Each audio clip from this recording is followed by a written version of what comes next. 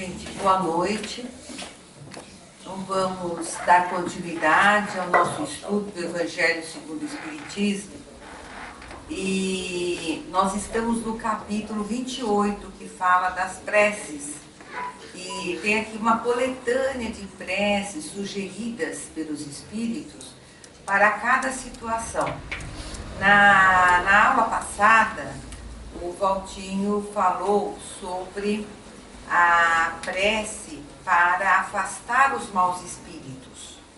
E hoje nós vamos falar sobre as preces para pedir a força de resistir a uma tentação. Nós vimos que a atuação dos maus espíritos, ela se dá sempre com o nosso consentimento. Né? Nós não somos assim, nós somos vulneráveis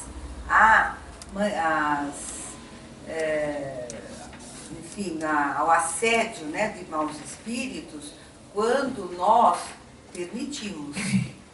E aqui no prefácio, né, para pedirmos forças para resistirmos à tentação, eles nos trazem a seguinte explicação. Todo mau pensamento pode ter duas fontes: a própria imperfeição da nossa alma ou uma funesta influência, né, que age sobre ela.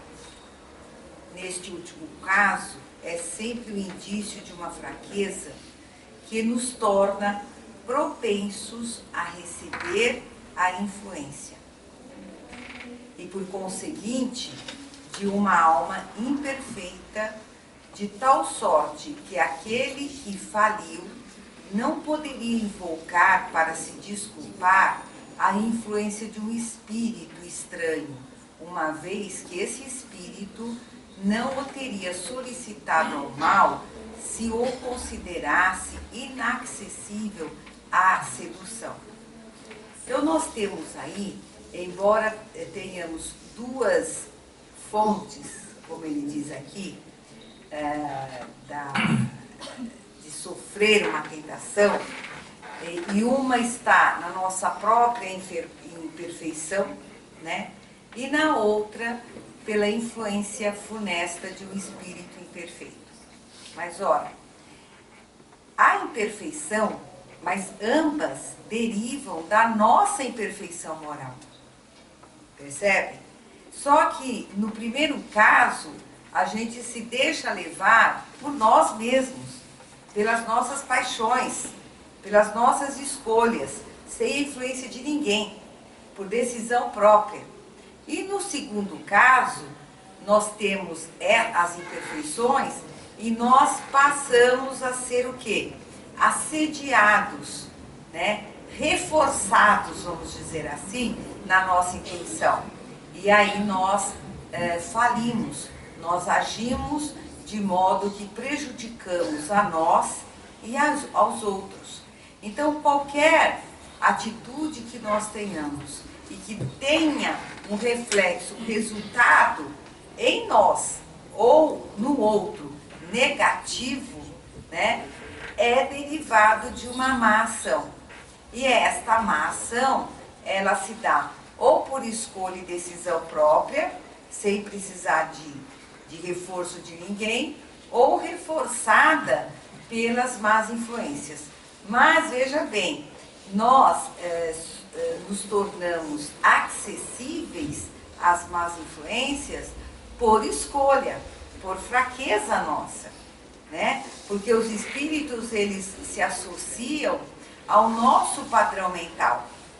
Então, se nós não lutamos contra essas fraquezas, que são de toda a ordem, é uma gama de fraquezas que nós podemos ter, né? E que algumas realmente elas têm um apelo muito maior. Então, eu tenho assim, a fraqueza pela ganância, a ambição, a usura, né? Pelo sexo desvairado, pela cobiça, pela inveja, pelo ciúme. Então, ou seja, são paixões que nós podemos até ter latente, né, no nosso espírito, mas que nós estamos aqui para quê? Justamente para adquirirmos esta força moral e resistirmos a estas imperfeições. A gente está aqui na Terra para resolver as nossas questões. Né? Quando a gente estamos aqui encarnados, é porque nós estamos realmente dando este stop no nosso espírito e estamos aqui para vencermos exatamente os obstáculos que nós não soubemos ultrapassar nas nossas existências pretéritas, né? Então, assim, essas tentações, elas têm níveis diferentes e elas serão tão tentadoras e sedutoras quanto mais nós nos deixamos levar pela paixão, né? Quando nós nos entregamos exatamente a essas intenções, certo? Então a tentação existe para todos nós. Nenhum de nós aqui está isento de sofrer uma tentação. Porém, veja bem, qual é o nosso objetivo maior? É construir um escudo contra essas tentações.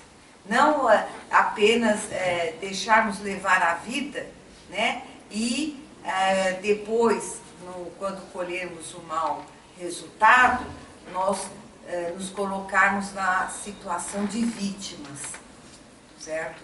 Nós não somos vítimas dos nossos maus resultados, nunca.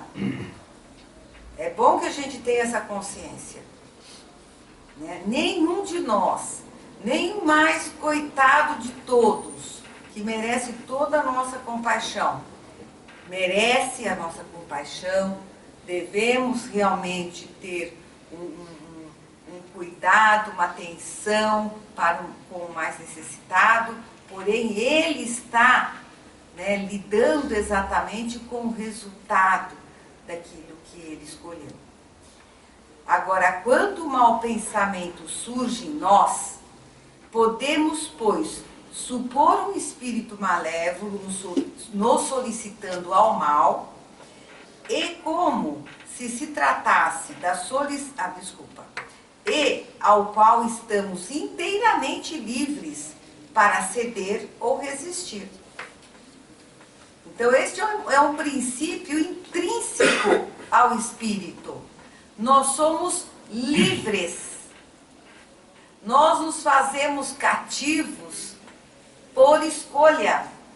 É importante que a gente tenha isso em mente. Então, ele diz aqui que nós estamos livres para ceder ou resistir. Devemos, como se tratasse das solicitações de uma pessoa viva. Então, ou seja, as tentações advindas das influências espirituais, elas não são diferentes daquelas que nós temos aqui nos nossos relacionamentos interpessoais. Não são, né? Então é muito comum a gente ver o jovem, o filho, o neto, o sobrinho, e nós nos preocuparmos com quem? Com as companhias que ele escolhe. Mas veja, ele escolhe a companhia, né? Com quem ele ouve, aliás, quem ele ouve, não? Certo? Nós não nos preocupamos. Então, da mesma maneira, e nós, quando somos adultos, nós, quando temos consciência, né, dos fatos, do que é certo, do que é errado, nós evitamos frequentar alguns lugares, nós evitamos, assim, até algumas pessoas, né? Nós lidamos com algumas pessoas com uma certa reserva, certo? E de alguns ambientes nós nos afastamos completamente. Por quê? Porque nós não queremos nos expor, né? Então, da mesma maneira, quando a influência espiritual, ela se aproxima de nós. É a mesma coisa. Devemos, ao mesmo tempo, imaginar o nosso anjo guardião ou espírito protetor que, de sua parte, combate em nós a má influência e espera com ansiedade a decisão que vamos tomar. Nossa hesitação em fazer o mal é a voz do bom espírito que se faz ouvir pela consciência. Olha que interessante. Então, nós, na aula retrasada, a gente falou dos espíritos protetores, né, do nosso anjo guardião, não é mesmo? Dos espíritos amigos. E eles estão ali sempre nos influenciando para nos tirar da influência do mal, né? Certo? Porque eles, ao invés, eles trabalham reforçando a nossa vontade, pela intuição. Mas veja uma frase aqui, que eles, com toda essa influência, né, que eles exercem sobre nós, eles ficam aguardando a decisão que nós vamos tomar. Percebem? A decisão que nós vamos tomar. Muitos de nós vêm aqui da casa espírita e nós estamos sofrendo obsessão, né, de fato. E a gente vem e, assim, é natural que a gente pense, eu vou lá para resolver, eu preciso me livrar.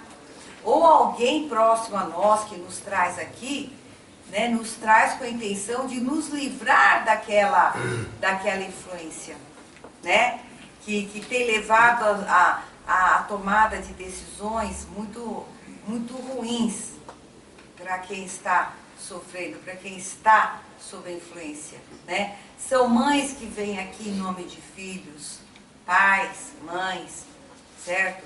São pessoas que vêm preocupados com outros amigos, entendeu? Que estão numa influência negativa, não é mesmo? Só que, veja bem, por mais que existe todo um trabalho aqui de orientação para o obsessor e para o obsediado, certo? É feito todo um tratamento, mas se a gente, né, quando põe o pé para fora, esquece tudo aqui, não muda o nosso interior, não trabalha a nossa vontade, de nada valerá, de nada valerá. Aí muitos falam, mas aquela casa espírita ela não é boa, ela é fraca, muito fraco lá não resolve não. Eu já ouvi pessoas falando assim de casas espíritas, será? Gente, nós temos que, né, amadurecermos. Nós temos que amadurecer. Não é possível mais que a gente haja com tanta infantilidade, né? Sem assumirmos as nossas atitudes, que nós somos, assumir o nosso eu. Reconhece-se, e para isso a gente tem aquela coisinha chamada consciência, né? Consciência.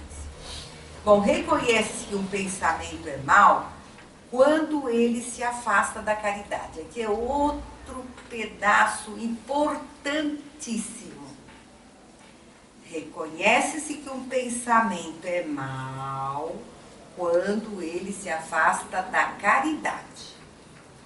Quando tem por princípio o orgulho, a vaidade ou o egoísmo. Quando sua realização pode causar um prejuízo qualquer a outrem, quando, enfim, nos solicita a fazer aos outros o que não gostaríamos que nos fosse feito. Certo? Então, porque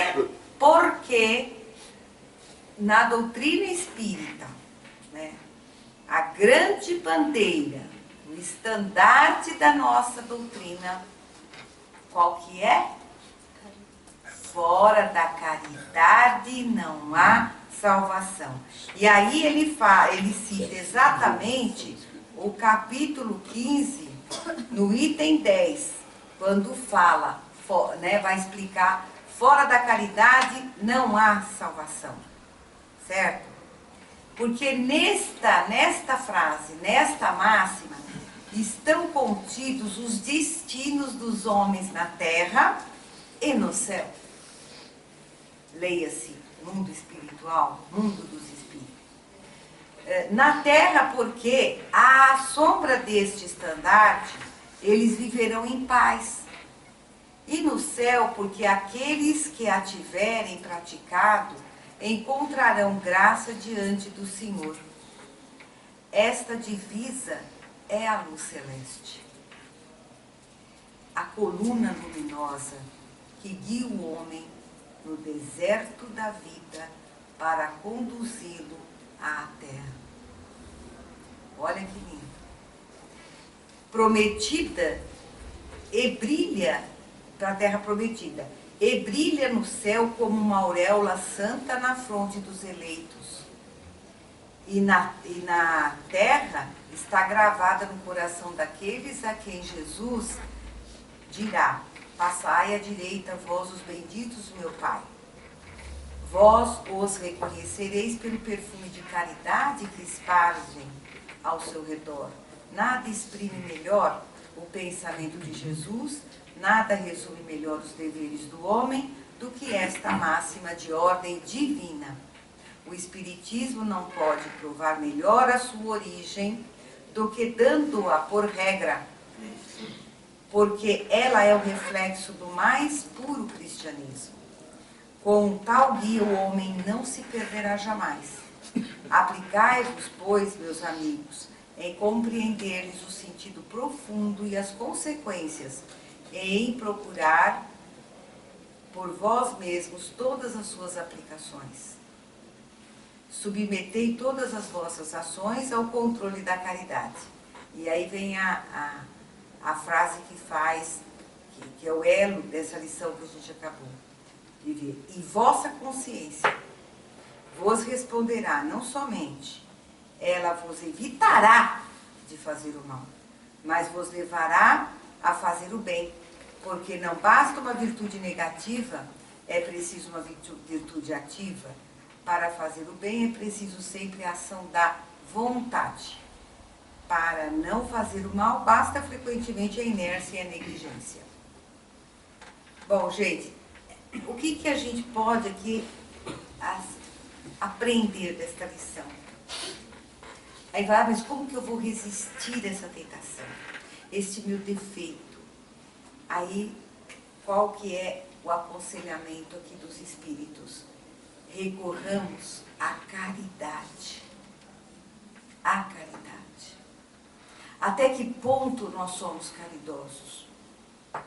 A caridade, ela ultrapassa todas as definições que a gente puder conceber para ela.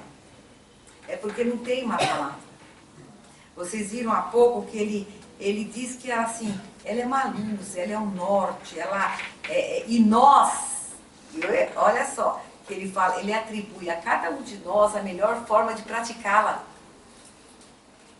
Olha que sutileza. Cada um de nós escolha a melhor forma de praticá-la. Por que isso?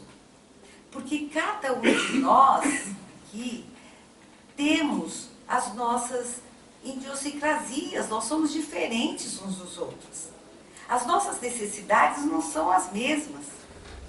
E a caridade, ela se aplica a todas as nossas ações, quer na terra, quer no mundo espiritual. Entendeu? Então, assim, pensar com caridade, será que nós já fizemos uma avaliação sobre isso? Pensar com caridade. Né? Quantos de nós pensam com caridade? Tá aí uma boa forma para a gente começar. Né? Como eu penso? Né? né? Porque o pensamento, ele é uma alavanca da ação, né? O que vai dentro de nós? Que tipo de pensamentos eu acolho e acalento durante o meu dia? Né? Vou falar uma coisa. São coisas porque a gente tem uma tagarelice enorme. O dia inteiro a gente conversa com a gente mesmo. Não sei se vocês já perceberam. É inerente do ser humano do pensamento contínuo, né? Então a gente fala o dia inteiro. Então a gente está parado às vezes no metrô. A gente olha para alguém, a gente já começa a fazer uma análise da pessoa, né? Ou até análise boba, mas que sapato, mas esse não está com frio, mas esse está bravo, hein? Que mau humor, hein? E a gente fica, né? Tem pessoas que têm esse senso tão forte que elas criam um inimigo sem mesmo conhecer a pessoa, né? Já tem um inimigo que não foi com a cara da pessoa. Aquela voz, a conversa dos dois, e aquilo vai crescer. Percebem o estado de espírito? Ou se não, a gente vai olhando lá, né, no Facebook, não sei aonde, vai olhando lá, porque hoje todo mundo está na telinha, né? E aí a gente está lá, e olha a vida de todo mundo, e já critica, e já fala, não sei o quê, tudo o pensamento, né? E aí? A gente vigia a qualidade desse pensamento? Até que ponto esses pensamentos não nos distraem demais e não nos coloca numa situação vulnerável às más influências? Quem é invejoso? A gente olha lá, puxa, mas o fulano foi, nossa, mas estão viajando para o seu... O que esse cara faz, hein? Que ganha tanto dinheiro, está viajando não sei para onde, e eu aqui. Gente, olha só, hein? Que é importante. E o que é a caridade desse sistema de pensar? A caridade, ela não julga. A caridade, ela tem boa vontade para com o outro. Certo? Ela não tem espaço ali. Porque a caridade, ela exige que a gente trabalhe o nosso eu, no sentido de sermos menos egoístas, menos orgulhosos, menos vaidosos, né? Então, essa questão da caridade, gente, ela deve ser realmente... Não é à toa que ela é o estandarte do verdadeiro cristianismo. Não é à toa. E quando a gente, voltando aqui, no caso, quando nós já estamos influenciados de vez, aí virou obsessão, já está lascado. Aí está naquela situação e a gente vem, passa por tratamentos, o espírito obsessor, ele é atendido e vai e tal, não sei o quê. Qual é o nosso sentimento em relação a esse espírito? Queremos nos livrar logo. Puta, encosto. É assim? Aonde está a caridade? Né? Quem pode dizer aqui que não foi obsessor de alguém um dia, eu não sei, passado, não sei. Né? Então, porque o fato da pessoa estar ali influenciando a outra negativamente, ela é uma sofredora. A pessoa perturbada sofre muito e merece a nossa paciência, a nossa compreensão, o nosso respeito. Outra coisa também aqui, pelo menos é uma regra aqui da casa, né? E assim, a Magali, os dirigentes sempre aconselham, né, a pessoa que chega aqui, fulano, você faz alguma ação social, voluntário, seria bom para você, né, ingressar no trabalho voluntariado. Por que esse aconselhamento, gente? Porque a gente ainda não automatizou. Nós estamos longe de automatizar a caridade em nós, né? E o fato da gente dedicar religiosamente, assim, com horário, dia certo, minutos que sejam, ou uma horinha da nossa vida para o outro, é um começo. Percebe? Porque a gente sabe o quanto é importante a pessoa valorizar esse desprendimento de si. Pensar um pouco no outro, dar um pouco de espaço para o outro, né? Ficarmos menos em evidência. Porque aí tem muita gente que fala, ah, mas eu não sou, eu fico no meu canto, eu não sou nada evidente. É mentira. Porque quando eu falo isso, eu estou mentindo. Certo? Porque a gente ainda é assim muito eu. Eu. Se alguém esquece o nosso nome, a gente não fica chateado? Né? Você vai falar com alguém fica, como é que você chama mesmo? Aí você fica meio decepcionado, né?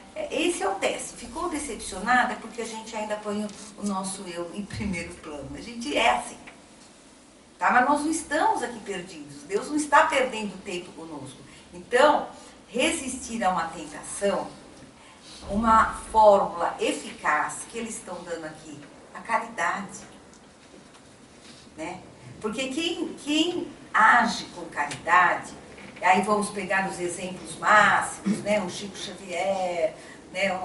Uma Madre Teresa, esses grandes missionários, essas pessoas que se dedicam, outros ícones e encarnados também no Espiritismo e outras religiões que se dedicam. Tudo bem, não estamos nesse nível, mas a gente pode sim se comprometer conosco mesmos e fazer esse esforço. Quando que a gente fala, meu Deus, não nos deixes cair em tentação, quando que a gente ia pensar nisso, né? Pera lá, mas para eu não cair em tentação, eu preciso lançar mão de uma boa dose de caridade. Eu preciso prestar atenção nos meus pensamentos, nas minhas atitudes, sofrear os meus ímpetos, né? Não muito bons. E aqui, então, ele fala a prece, né? Muito bonita, curta e eficaz. Deus Todo-Poderoso, não me deixeis sucumbir à tentação em que deva falir. Espíritos benevolentes, me protegeis, desviai de mim esse mau pensamento, percebe? Mau pensamento. E dai-me a força de resistir à sugestão do mal. Se eu sucumbir, terei merecido a expiação de minha falta, nesta vida e em outra, porque sou livre para escolher. E aí, com relação à vitória, né? Poxa, quando a gente vence uma tentação, né? Qual é a sensação? Quando a gente sai vitorioso, a gente não se deixa levar. Né? Por mais tentadora que seja a proposta, por mais que a gente gostaria de se deixar levar assim, naquele ímpeto, e a gente resiste. Então, aqui eles sugerem, né, que aquele que resistiu a uma tentação deve-o à assistência dos bons espíritos, dos quais escutou a voz. Porque a gente nunca está sozinho. Nós precisamos muito ainda da intervenção dos bons espíritos. Apesar de termos o nosso livre-arbítrio, nós ainda precisamos, né, para superar as nossas más tendências, dessa força que os nossos mentores, protetores nos dão. Deve agradecer a Deus e ao anjo guardião. E a prece de agradecimento por ter vencido uma tentação. Meu Deus, eu vos agradeço por me terdes permitido sair vitorioso da luta. Eu venho de sustentar contra o mal. Fazei com que essa vitória me dê a força de resistir às novas tentações. E vós, meu anjo guardião, eu vos agradeço pela assistência que me destes. Vossa minha submissão aos vossos conselhos merecer de novo a vossa proteção. Então veja bem, a opção de ouvir os bons conselhos é nossa, né? Que a gente viu aqui na lição passada. Então, os nossos protetores, os nossos anjos guardiões, porque assim, a fé, né, a fé, essa certeza de que nós nunca estamos sós, é importantíssimo. Vocês entendem? Porque por mais difícil que esteja sendo vencer, nós não estamos sós. Então nós devemos realmente acreditar, né, nessa ajuda que nos vem do alto e que Jesus permite, Jesus está assim nos planos de Jesus, essa intervenção.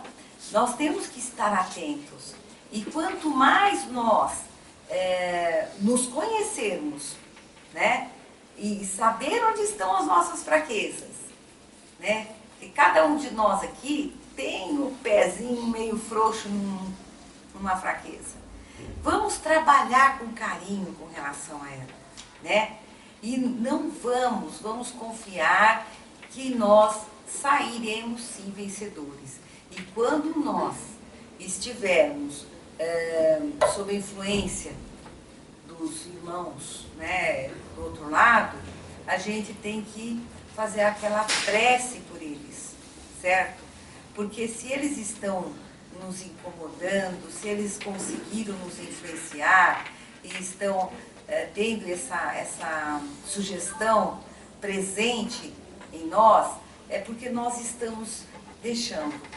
E às vezes a gente é inconsciente, mas nós temos que fazer uma análise por que nós deixamos, né? Então eu penso muito assim, hoje, depois de tantos anos de doutrina, a gente cai, né? A gente cai, tá? Mas assim, é muito interessante porque na hora a gente já percebe que foi. Caiu ali porque você voltou a pensar daquele jeito, porque você é assim, porque não é, você entendeu? Então aí a gente faz aquela análise, busca ajuda e levanta, né? Não se deixa levar. Né? Então esse trabalho, ele tem que ser constante, né? E esta confiança no mais alto nos dá muita alegria e otimismo, né? Porque a gente já tem um guia que é, fora da caridade, a nossa salvação. Temos a ajuda dos nossos mentores, protetores, o anjo guardião. Então, o resto é conosco, né? A nossa boa vontade, tá bom? Muito obrigada, gente. Bom trabalho, hein? Sim.